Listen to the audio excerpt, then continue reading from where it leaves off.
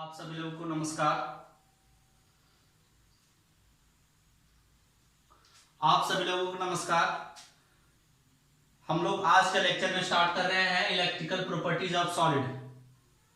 इससे पहले हम लोग क्रिस्टल डिफेक्ट को देख चुके थे, टाइप्स ऑफ क्रिस्टल डिफेक्ट देख चुके थे।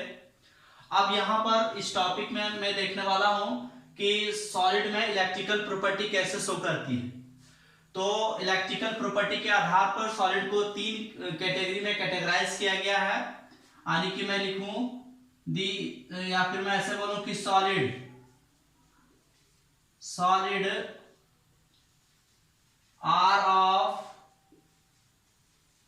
मेनली थ्री टाइप्स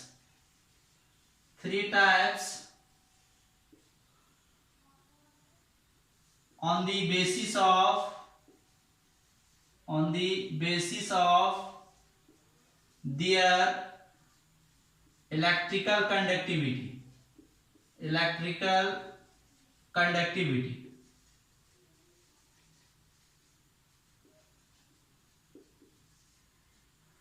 सॉलिड को मेनली तीन कैटेगरी में कैटेगराइज किया गया है on the basis of electrical conductivity. उसके इलेक्ट्रिकल कंडक्टिविटी के आधार पे तीन टाइप्स में डिवाइड किया गया। पहला जो इसका टाइप है वो हम लोग पढ़ रहे हैं कंडक्टर, जिसको हम लोग हिंदी में सुचालक कहते थे। कंडक्टर किसको बोलेंगे कि the substance which permits electric current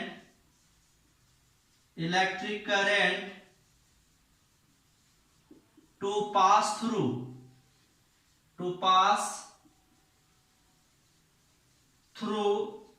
it is called conductor. क्या बोल रहा है कि कोई भी सबस्टांस जो परमिट करे मतलब अलाउ करे इलेक्ट्रिक करंट को पास होने के लिए, यानी कि वैसा सबस्टांस जो अपने से होकर के इलेक्ट्रिसिटी को पास होने देता है, वैसा ही सबस्टांस को हम लोग कंडक्टर बोलते हैं। अगर हम लोग एग्जांपल में देखें तो हम लोग कह सकते हैं कि Ag, या फिर हम Au ले लें, या फिर हम लोग Cu ले लें, या फिर Fe ले लें। यानी कि कहने का मतलब है कि जितने भी मेटल्स हैं वो कंडक्टर के कैटेगरी को शो कर रहे हैं। यानी कि जब भी इससे इलेक्ट्रिसिटी पास कराया जाएगा तो ये अपने से होकर इलेक्ट्रिसिटी को पास होने देंगे। उसी को कह रहे हैं हम लोग कि वैसा सबस्टांस जो अपने से होकर के इलेक्ट्रिसिटी को पास होने देता है, यानी परमिट करता है, यानी अलाउ करता है इलेक्ट्रिसिटी को जाने के लिए अपने से हो करके, उसी को हम लोग क्या बोलते हैं? कंडक्टर। नेक्स्ट हमारा इसी में टाइप है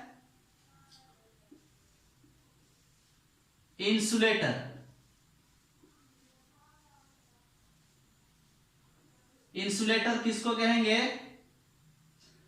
the substance which does not permit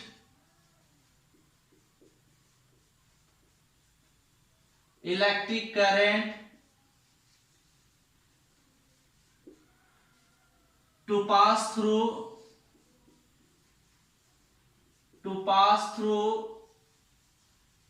it is called an insulator। बोल रहा है कि वैसा सबस्टांस जो अपने से होकर के इलेक्ट्रिसिटी को नहीं जाने देता है, यानी कि डज नॉट परमिट करता है, यानी अलाउ नहीं करता है, इसी को हम लोग इंसुलेटर कहते हैं। एग्जाम्पल में अगर हम लोग देखें तो अगर हम लोग प्लास्टिक को ले लें तो प्लास्टिक में आप देखोगे कि इलेक्ट्रिसिटी पास नहीं हो पाती है। अगर हम लोग रबर को ले लें तो रबर में भी इलेक्ट्रिसिटी पास नहीं हो पाती है। अगर मैं ग्लास को लूं तो ग्लास में भी इलेक्ट्रिसिटी पास नहीं हो पाती है। अगर मैं ले लूं ड्राई वुड, ड्राई वुड में क्या होगा कि सूखी लकड़ी में भी इलेक्ट्रिसिटी पास नहीं हो पाएगा। हाँ, अगर भीगी हुई रहेगी, सो मॉइस्चर रहेगी तो कुछ हद तक इलेक्ट्रिसिटी पास कर सकती है, लेकिन मैं ड्राई का बात कर रहा हूं जो पूरा सूखा हुआ है। या फिर मैं पेपर बोल, पेपर में भी इलेक्ट्रिसिटी नहीं प्रोड्यूस पास नहीं हो पाती है। ये सारे एग्जाम्पल किस कैटेगरी के हैं? तो इंसुलेटर के एग्जाम्पल्स हैं। अब हम लोग क्या करते हैं, नेक्स्ट इसके थर्ड टाइप की तरफ चलते हैं।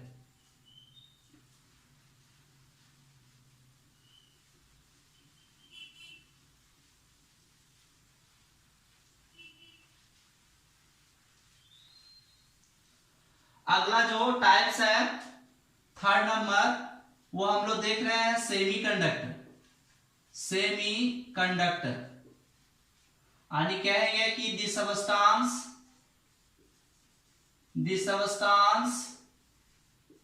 which permits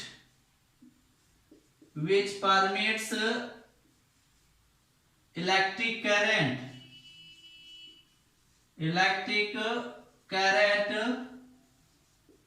to it to some extent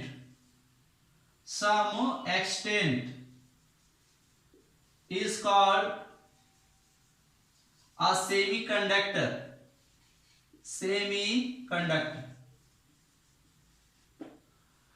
कह रहा है कि वैसा सबस्टांस जो परमिट करे इलेक्ट्रिक करंट को पास करे अपने से होकर के कुछ ही हद तक, ज्यादा नहीं, जितना इलेक्ट्रिसिटी हम लोग दे रहे हैं उसमें से कुछ इलेक्ट्रिसिटी को अपने से होकर के पास होने दे रहा है, उसी को हम लोग क्या बोलते हैं? Semi conductor. अब इसका जो एग्जाम्पल है, एग्जाम्पल जो है इसका सिलिकॉन, Si, जर्मेनियम, या फिर हम लोग ले लें जिंक सल्फाइड, या फिर हम लोग ले लें GaAs, इसी को हम लोग बोलेंगे गैलियम आर्सेनाइड, etc। ये ऐसे सबस्टांस हैं जो अपने से होकर इलेक्ट्रिसिटी को कुछ पास होने देते हैं। अच्छा, इस तरह के टॉपिक को आप फिजिक्स वाले चैप्टर, फिजिक्स में भी आप पढ़े होंगे। कंडक्टर किसको कहते हैं, इंसुलेटर किसको कहते हैं, और सेमी कंडक्टर किसको कहते हैं। तो वहां जो पढ़े थे और यहां जो पढ़े थे दोनों ही सेम ही है।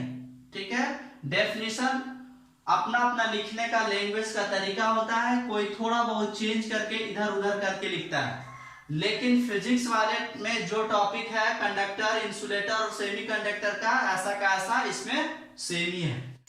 नेक्स्ट हमारा टॉपिक है, हम लोग कुछ इंपॉर्टेंट टर्म्स को जान रहे हैं। आगे टॉपिक को समझने के लिए कुछ इंपॉर्टेंट टर्म्स को जानने की कोशिश कर रहे हैं। इससे पहले हम लोग कंडक्टर, इंसुलेटर और सेमी कंडक्टर को एक्सप्लेन कर चुके हैं। वैलेंस बैंड किसको बोलते हैं? बोलता है कि the highest occupied energy band is called valence band, यानी कि हाईएस्ट ऑक्युपाइड वाले एनर्जी बैंड को ही हम लोग क्या बोल रहे हैं? वैलेंस बैंड बोल रहे हैं। अभी डेफिनेशन से उतना समझ में नहीं आ रहा है, दिल में लेने की बात नहीं है, हम लोग इसको डायग्राम से अच्छे से एक्सप्लेन करने वाले हैं। नेक्स्ट हमारा है कंडक्शन बैंड। कंडक्शन बैंड जिसको हम लोग शॉर्ट में सीबी, अच्छा वैलेंस बैंड को मैं वीबी लिखा था और कंडक्शन बैंड को मैं सीबी लिख रहा हूं। जहां जहां सीबी लिखा हुआ रहेगा आपको समझना है कंडक्शन बैंड है, जहां जहां वीबी लिखा हुआ रहेगा वहां वहां समझना है आपको वैलेंस बैंड है। बोलता है कि द लोवेस्ट अनऑक्युपाइड, अनऑक्युपाइड मतलब खाली होगा, energy band is called conduction band. अब इसको हम डायग्राम से आगे समझेंगे, उससे पहले एक और डेफिनेशन को देख लेते हैं। लिखा हुआ band gap, the energy difference, एक एनर्जी डिफरेंस है बिटवीन कंडक्शन बैंड के बीच का एनर्जी डिफरेंस है, एंड दी वैलेंस बैंड। इसको हम लोग डिनोट करते हैं ईजी से। अब डायग्राम से समझिएगा, मैं इस साइड अगर एनर्जी को लिखूं, यहां पर मैं क्या कर रहा हूं, इस तरह का बैंड बना रहा हूं, इसको हम लोग बैंड बोलते हैं। जिसको मैं अनऑक्युपाइड रख रहा हूं मतलब खाली रख रहा हूं, यहां पर मैं क्या कर रहा हूं, इस तरह का बैंड बना रहा हूं। एक और मैं बना देता हूं, 2-3 बना सकते हैं, कोई दिक्कत नहीं है, आप जितना चाहो उतना कंसीडर कर सकते हो। इसमें से हम लोग क्या कर रहे हैं, ऑक्युपाइड करवा दे रहे हैं। क्या बोल रहा है कि हाईएस्ट ऑक्युपाइड एनर्जी बैंड, ये जो ऑक्युपाइड है उनमें से जिसकी एनर्जी हाईएस्ट है उसी को हम लोग बोलते हैं वैलेंस बैंड। वैलेंस बैंड मतलब 2 बैंड है ऑक्युपाइड, उसमें से जिसकी एनर्जी हाईएस्ट है उसी को हम लोग बोलते हैं वैलेंस बैंड। नेक्स्ट हमारा बोलता है लोवेस्ट अनऑक्युपाइड एनर्जी बैंड। ये जो बैंड है उस अनऑक्युपाइड वाला, उसमें से जिसकी एनर्जी सबसे कम है उसको हम लोग बोलते हैं conduction band. Conduction band. Next बोल रहा है कि the energy difference between conduction band और वैलेंस बैंड के बीच जो एनर्जी का डिफरेंस हो रहा है इसी को हम लोग बोल रहे हैं बैंड गैप। Band gap. ये फिगर से आपको अच्छे से समझ में आया होगा। क्या समझ में आया कि ये जो ऑक्युपाइड है उसमें से जिसकी एनर्जी हाई है उसको हम लोग वैलेंस बैंड बोल रहे हैं। ये बैंड जो अनऑक्युपाइड है उसमें से जिसकी एनर्जी लो है उसको हम लोग कंडक्शन बैंड बोल रहे हैं। और इन दोनों के बीच, वैलेंस बैंड और कंडक्शन बैंड के बीच एक गैप पाई जा रही है, उसको हम लोग बैंड गैप बोल रहे हैं, जिसको हम लोग इजी से डिनोट किए थे। अब हम लोग क्या कर रहे हैं कि वैलेंस या फिर हम लोग ऐसे बोले हैं कि आगे हम लोग सॉलिड के प्रॉपर्टी को एक्सप्लेन कर रहे हैं on the basis of band theory.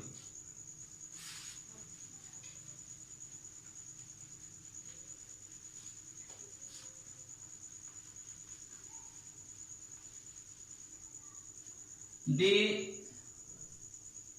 electrical properties of solid can be explained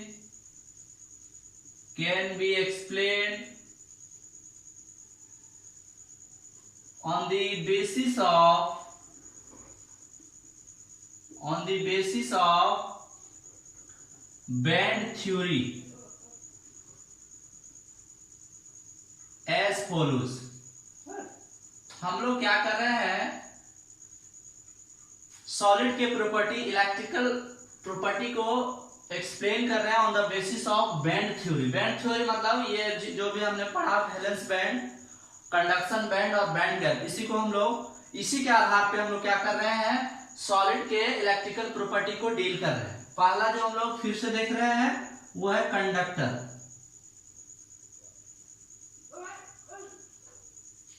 conductor बोलता है कि the solid containing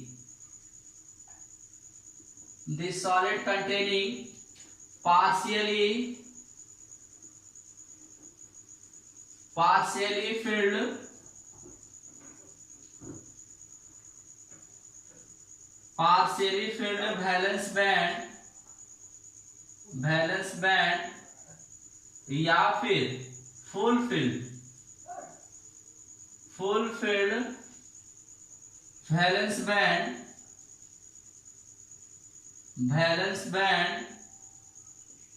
overlaps with conduction band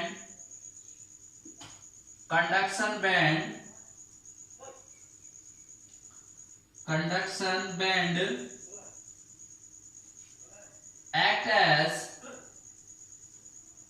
a conductor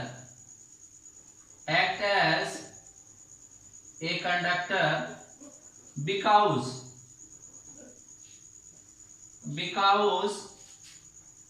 their electrons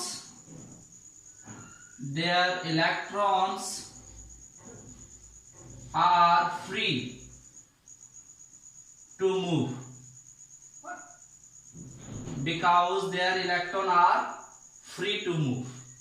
यानी कि ये क्या बोल रहा है, इसका कहना है कि वैसा सॉलिड जिसमें पार्शियली फिल्ड हो, वैलेंस बैंड पार्शियली फिल्ड हो, या फिर पूरा भरा हुआ फुलफिल्ड हो, ओवरलैप्स करे विथ कंडक्शन बैंड, अगर कंडक्शन बैंड के साथ ये ओवरलैप कर रहा है, इधर मैं एनर्जी दिखा रहा हूं,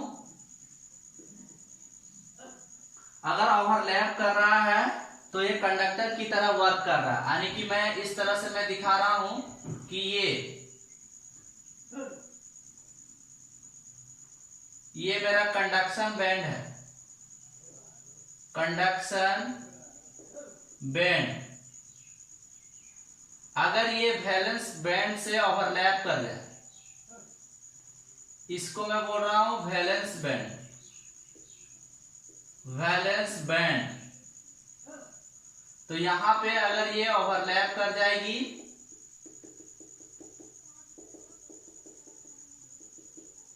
तो इलेक्ट्रॉन क्या कर सकता है, ओवरलैपिंग के कारण ये फ्रीली मूव कर सकता है।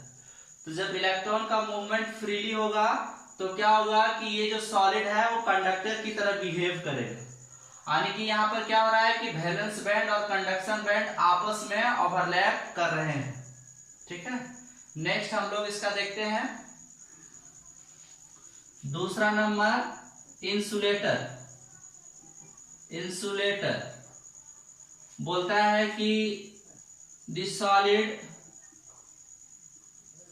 containing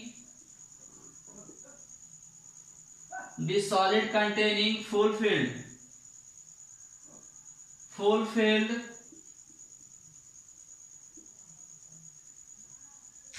valence band and vacant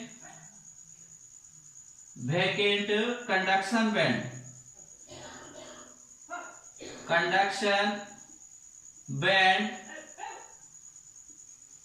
with large band gap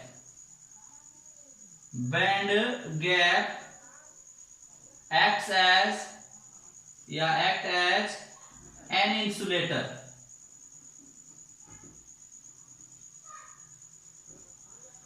बोल रहा है कि सॉलिड, वैसा सॉलिड जो जिसमें वैलेंस बैंड पूरा भरा हो और कंडक्शन बैंड पूरा खाली हो,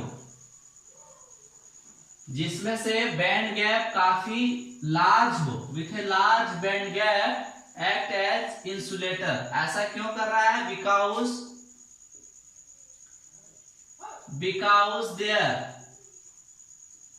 because their electrons can neither moves valence band nor can be promoted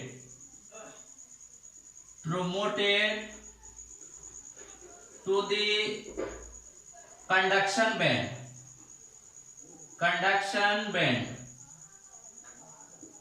example से बहुत अच्छे से इसको समझ में आ जाना चाहिए। इधर हम लोग एनर्जी को लिख रहे हैं, हम लोग क्या कर रहे हैं कि एक वैलेंस बैंड को ले रहे हैं जो पूरा भरा हुआ है, यहां पर खाली नहीं है, पूरा भरा हुआ है, इसको लिख रहे हैं वैलेंस बैंड। और एक हम लोग ले रहे हैं कंडक्शन बैंड जो कि खाली है, यानी कि यहां मैं लिखूं कंडक्शन बैंड। और इन दोनों के बीच जो एनर्जी गैप है वो है लार्ज बैंड गैप। तो इसी को हम लोग क्या बोलेंगे, इंसुलेटर। इसमें क्या हो रहा है, इलेक्ट्रॉन ना ही वैलेंस बैंड से कंडक्शन बैंड में मूव कर रहा है, मूव नहीं करेगा चूंकि यहाँ पर बैंड गैप काफी ज्यादा है, तो यहां से यहां तक मूव नहीं कर पा रहा है। और ना ही हम लोग इलेक्ट्रॉन को वैलेंस बैंड से कंडक्शन बैंड की तरफ प्रमोट करवा पा रहे हैं। जब इलेक्ट्रॉन का मूवमेंट नहीं हो पा रहा है तो ये किस तरह से काम करेगा, ये इंसुलेटर की तरह काम करेगा। इसका क्या एग्जांपल हो जाएगा, अगर हम लोग एग्जांपल में देखें तो वही example glass, rubber, plastic, glass, rubber, plastic, dry would etc, paper भी हो सकता है। अच्छा, मैंने कंडक्टर का एग्जांपल नहीं लिखा, तो जितने सारे मेटल्स होते हैं AgAu, हाँ, या आयरन, कॉपर, तो ये सभी कंडक्टर की तरह बिहेव करते हैं। मैंने इंसुलेटर का यहाँ पे एग्जांपल लिखा। नेक्स्ट हम लोग देख रहे हैं सेमी कंडक्टर। अगला मेरा है semi conductor.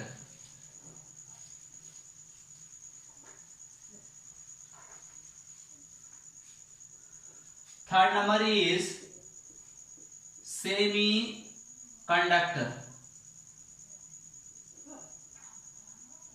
The solid containing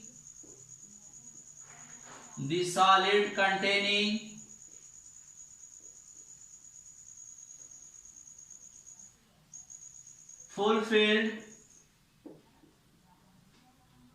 valence band and vacant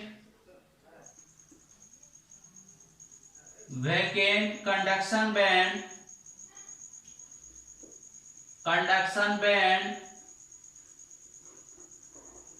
with a small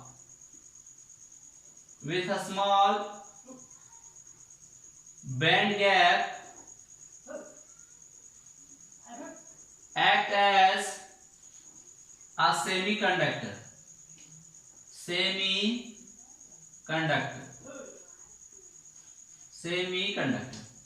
क्या हम कह रहे हैं, यहां पर अगर मैं एनर्जी को दिखाऊं तो ये जो मेरा कंडक्शन बैंड है और ये जो मेरा वैलेंस बैंड है फुलफिल्ड वाला, इन दोनों के बीच जो बैंड गैप है वो स्मॉल है, स्मॉल बैंड गैप। तो क्या हो सकता है, इलेक्ट्रॉन मूव कर सकता है, यहां से इलेक्ट्रॉन यहां पर जा सकता है, तो यहां पर थोड़ी सी कंडक्टिविटी शो होगी। तो इसका अगर मैं एग्जांपल देखूं, तो अगर मैं एग्जांपल अगर लिखूं तो एग्जांपल हम लोग क्या लिख सकते हैं, जैसे silicon,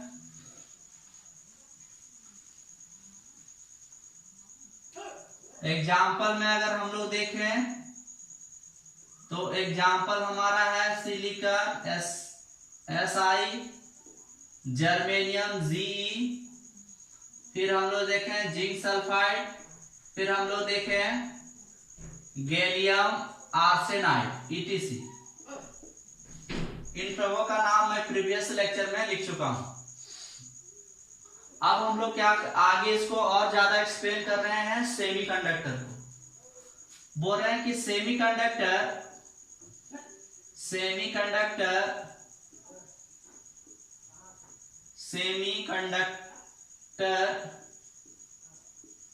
in the pure form is called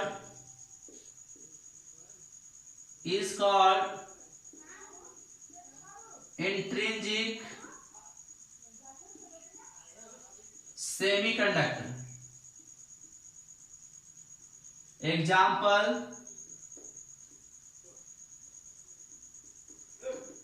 silicon, germanium etc। यानी कि वैसा सेमीकंडक्टर जो प्योर फॉर्म हो क्रिस्टल की, तो उसी को हम लोग बोलते हैं इंट्रिंसिक सेमीकंडक्टर। अच्छा, सेमीकंडक्टर की कंडक्टिविटी काफी लो होती है, इसकी कंडक्टिविटी को हाई करने के लिए डॉपिंग किया जाता है। यानी कि प्योर सेमीकंडक्टर में कुछ इंप्योरिटी को मिलाना ही डॉपिंग कहलाता है। तो डॉपिंग के प्रोसेस से सेमीकंडक्टर की कंडक्टिविटी को बढ़ाई जाती है। If the substance act as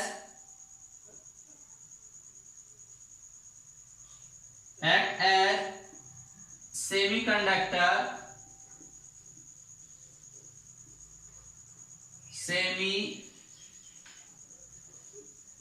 semi conductor due to the presence of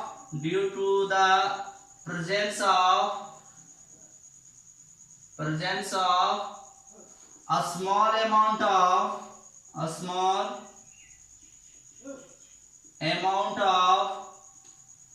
impurities is called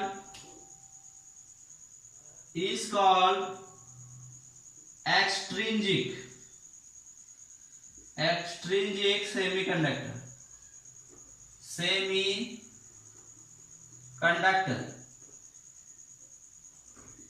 It is of two types. हम लोग क्या बोले हैं कि सेमीकंडक्टर की कंडक्टिविटी काफी लो होती है, इसकी कंडक्टिविटी को बढ़ाने के लिए डोपिंग किया जाता है। डोपिंग क्या होता है कि प्योर सेमीकंडक्टर में कुछ इंप्योरिटीज को मिलाना ताकि उसकी कंडक्टिविटी हाई हो, इस प्रोसेस को हम लोग डोपिंग बोलते हैं। तो इसमें से क्या हम लोग कह रहे हैं कि कोई भी सबस्टांस अगर सेमीकंडक्टर की तरह एक्ट कर रहा है due to the presence of small amount of impurity, अगर स्मॉल अमाउंट ऑफ इंप्योरिटी होने के कारण वो सेमीकंडक्टर की तरह एक्ट कर रहा है तो उसी को हम लोग बोलेंगे एक्सट्रिंसिक सेमीकंडक्टर। और कोई अगर सेमीकंडक्टर प्योर फॉर्म में है तो उसको हम लोग बोलेंगे इंट्रिंसिक सेमीकंडक्टर। इसको हम लोग डोपिंग कह सकते हैं, एक्सट्रिंसिक वाले को डोपिंग कह सकते हैं। इसके दो टाइप्स हैं। पहला इसका जो टाइप है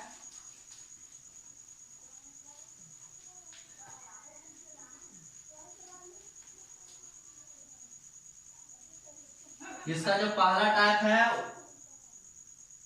वो है N type semiconductor. N type semiconductor. अब एन टाइप सेमीकंडक्टर किसको बोलते हैं? बोलता है कि when a small amount of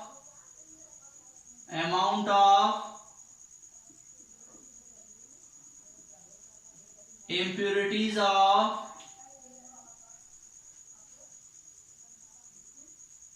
when a small amount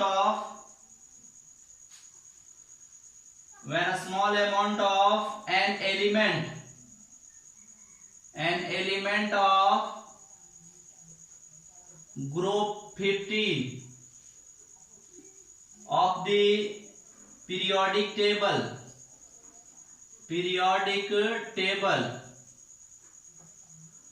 such as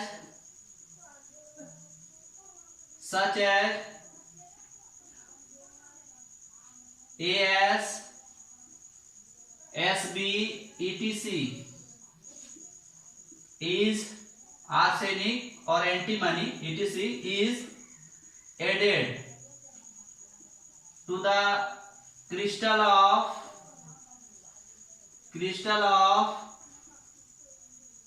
silicon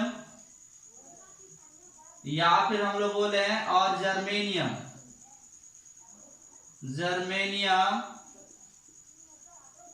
we get हम लोग पाते हैं एन टाइप सेमीकंडक्टर।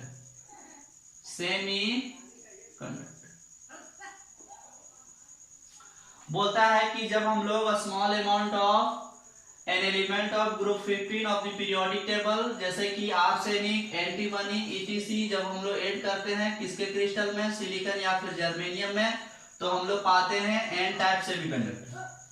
अब एन टाइप सेमीकंडक्टर को हम लोग डायग्राम से उसको अच्छे से एक्सप्लेन करने वाले हैं कि एन टाइप सेमीकंडक्टर को हम लोग कैसे कह सकते हैं कि ये डोपिंग इसमें हम लोग किए हुए हैं और इसकी कंडक्टिविटी हाई हो गई है। इसकी कंडक्टिविटी कैसे हाई हो जाती है तो फिगर से आपको समझा लेने के बाद आपको अच्छे से बताया जाएगा।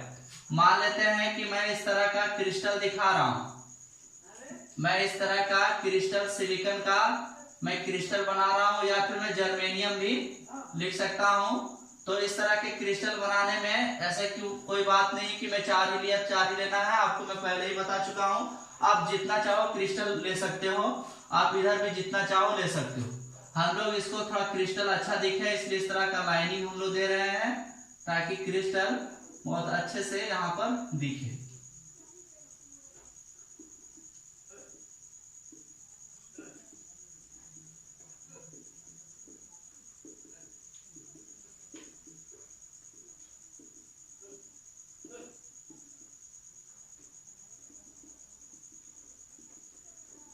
ये जो क्रिस्टल है मेरा सिलिकॉन का है, तो मैं सब जगह पे सिलिकॉन डाल दे रहा हूं।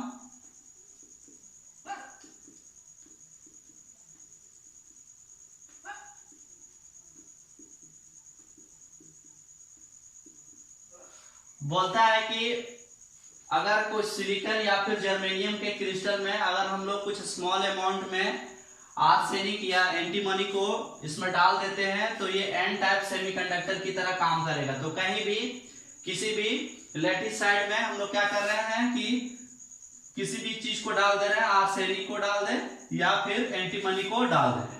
अब ये जो मेरा है वो एन टाइप सेमीकंडक्टर है, एन टाइप सेमीकंडक्टर। पहले था प्योर वाला, लेकिन जैसे ही हमने डॉपिंग किया, यानी कि हमने ग्रुप 15 वाले एलिमेंट को जैसे ही सिलिकॉन के प्योर वाले क्रिस्टल में डाला, जिस तरह से हमने जैसे ही हमने इसको डॉपिंग किया तो ये एन टाइप सेमीकंडक्टर की तरह बिहेव करने लगा। अब कंडक्टिविटी कैसे हाई हो गई है वो थोड़ा सा लॉजिक समझिएगा। तो हम लोग अगर वैलेंस इलेक्ट्रॉन को देखें तो सिलिकॉन और आर्सेनिक की बात करें तो इसमें 4 है, इसमें 5 है। तो क्या होगा कि 4 वैलेंस इलेक्ट्रॉन इसके और 4 वैलेंस इलेक्ट्रॉन इसके आपस में बॉन्ड बना लेंगे, लेकिन एक इलेक्ट्रॉन फ्री रहेगा जो कि इस क्रिस्टल थ्रू आउट क्रिस्टल में मूव करेगा, जिसके कारण इसकी कंडक्टिविटी हाई हो जाएगी। इसीलिए सेमीकंडक्टर में डॉपिंग किया जाता है ताकि इसकी कंडक्टिविटी को थोड़ा बढ़ाया जा सके। अब हम लोग नेक्स्ट नंबर में हम लोग बी नंबर में हम लोग देखें तो हम लोग बोले कि पी टाइप सेमीकंडक्टर। अब पी टाइप सेमीकंडक्टर किसको बोलते हैं? बोलता है कि when a small amount of an element of group 13 of the periodic table such as gallium, indium, aluminium, etc. is added to the crystal of silicon and germanium, we get p type semiconductor। अगर group 13 वाले को हम लोग डाल देते हैं तो p type semiconductor हम लोग पाते हैं। अब हम लोग इसी वाले क्रिस्टल में अगर यहाँ पे सिलिकॉन रहता तो ये इंट्रिंसिक सेमीकंडक्टर रहता, इसमें हम लोग डॉपिंग कर रहे हैं। क्या कर रहे हैं कि इसमें से एक सिलिकॉन को हटा करके गैलियम को डाल दे रहे हैं, तो ये पी टाइप सेमीकंडक्टर की तरह वर्क करेगा। अब इसकी कंडक्टिविटी कैसे हाई हो जाती है इस बात ही को हमको समझना है। इसी बात को समझने के लिए हम लोग क्या कर रहे हैं, यहाँ पे गैलियम रख रहे हैं। एक गैलियम ग्रुप 13 का है तो वैलेंस इलेक्ट्रॉन 3 होगा। अब क्या होगा कि इसके 3 इलेक्ट्रॉन और इसके 3 इलेक्ट्रॉन आपस में तो बॉन्ड बना लेंगे, लेकिन एक इलेक्ट्रॉन यहाँ भी फ्री हो जाने के कारण वो क्रिस्टल पे मूव करेगा, और इलेक्ट्रॉन के मूवमेंट के कारण ही क्या होगा कि इसकी कंडक्टिविटी थोड़ा हाई हो जाएगा। नेक्स्ट हम लोग देखते हैं इसके एप्लीकेशन को।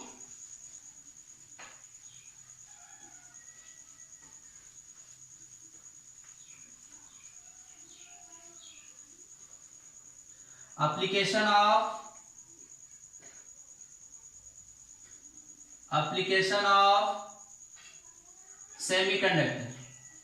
semiconductor। तो इसका जो पहला एप्लीकेशन है दी NP junction is used to convert AC to DC। ये क्या करेगा, अल्टरनेटिंग करंट को डायरेक्ट करंट में कन्वर्ट करेगा। नेक्स्ट NPN या फिर PNP junction is used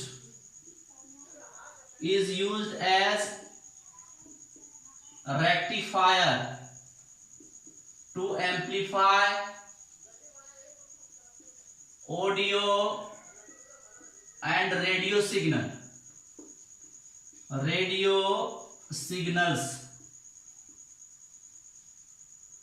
third है कि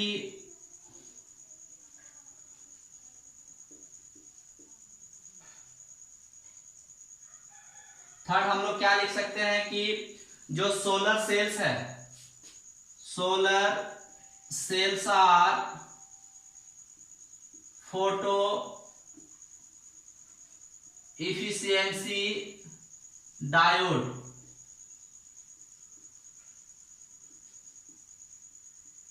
which convert solar energy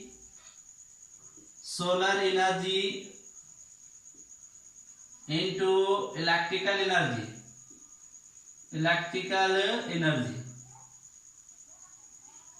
तो सोलर प्लेट्स जो लगे होते हैं वो सोलर सेल्स में क्या होता है कि फोटो एफिशिएंसी डायोड होता है, वो क्या करता है सोलर एनर्जी को इलेक्ट्रिकल एनर्जी में कन्वर्ट करता है। यानी कि सोलर सेल्स में जो भी सन से उसको लाइट पड़ता है उस लाइट को सोलर एनर्जी क्या करता है इलेक्ट्रिकल एनर्जी में कन्वर्ट कर देता है, उसको हम लोग यूज करते हैं। नेक्स्ट हम लोग कुछ कंपाउंड्स पढ़ लेते हैं, 2 कंपाउंड हमको पढ़ने हैं। वो 2 कंपाउंड पढ़ लेने के बाद ये टॉपिक मेरा समाप्त होता है। फिर हम लोग अगले टॉपिक में मैग्नेटिक प्रॉपर्टी की तरफ जाएंगे। हम लोग देख रहे हैं 13-15 compound.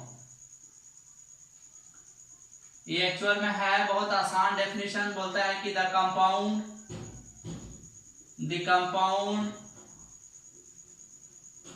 which is formed by the reaction between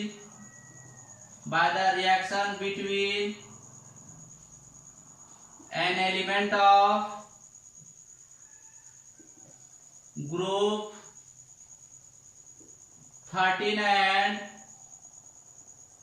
15 is called 13-15 compound. क्या बोल रहा है कि अगर कोई कंपाउंड बन रहा है by the reaction between an element of group 13 और एन एलिमेंट ऑफ ग्रुप 15, तो इसी को हम लोग बोलते हैं 13-15 कंपाउंड। हम लोग एग्जांपल से अगर देखें तो ग्रुप की अगर हम लोग बात करें तो गैलियम को देख रहे हैं, ये ग्रुप कितना का है 13 का है। और हम लोग आर्सेनाइड को देख रहे हैं, आर्सेनिक को, ये ग्रुप 15 का है। दोनों से रिएक्शन कर लेने के बाद गैलियम आर्सेनाइड बनता है। अगर हम लोग नंबर ऑफ वैलेंस इलेक्ट्रॉन को देखें, वैलेंस इलेक्ट्रॉन, तो वैलेंस इलेक्ट्रॉन इसमें 3, इसमें 5, तो अगर एवरेज हम लोग निकालें तो 3 + 5 डिवाइडेड बाय 2 यानी 4 आएगा। इसका क्या नाम है गैलियम आर्सेनाइड।